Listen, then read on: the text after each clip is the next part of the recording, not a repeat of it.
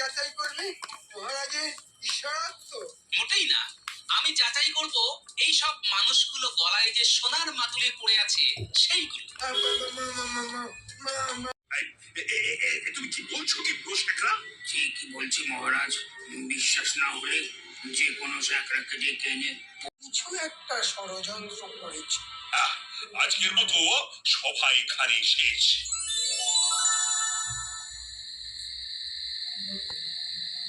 এই হে নতুন ভূত, চাল থেকে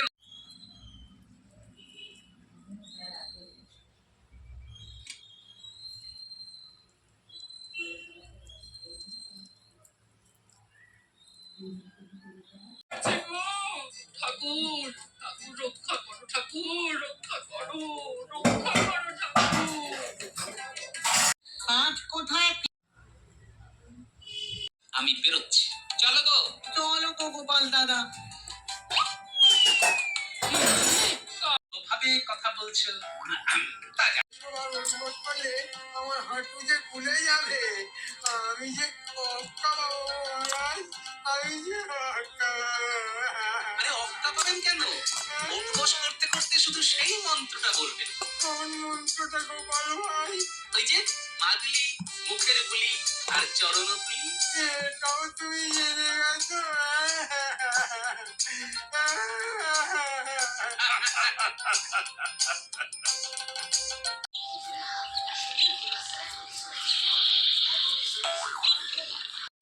বলো কি মন্ত্রী খোলা মাঠে শুয়ে কি কি মন্ত্রী চাই? আপনি নাকি মাঠে শুয়েছিলেন কাল রাতে? হ্যাঁ, কাল রাতে কি ভীষণ গরম পড়েছিল, তাই তাই তাই ওই ভারী পালঙ্ক আপনার বাড়ি থেকে তুলে মাইল খানেক হেঁটে খোলা মাঠে এসে শুলে। বাহ বাহ বাহ। ব্যাপারটা কিন্তু খুব গোলমেলে মন্ত্রী। কি যে হচ্ছে। আচ্ছা তোমার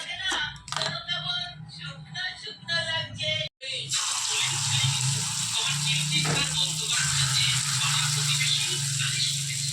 আর তাই মহারাজ নির্দেশ দিয়েছেন তোমার মুখে কাপড়ের ভর্তি বেঁধে রাখতে।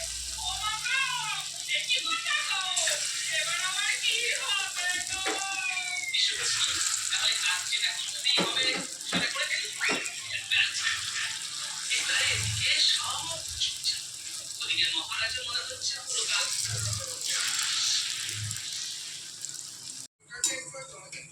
তারপর দেখাচ্ছি।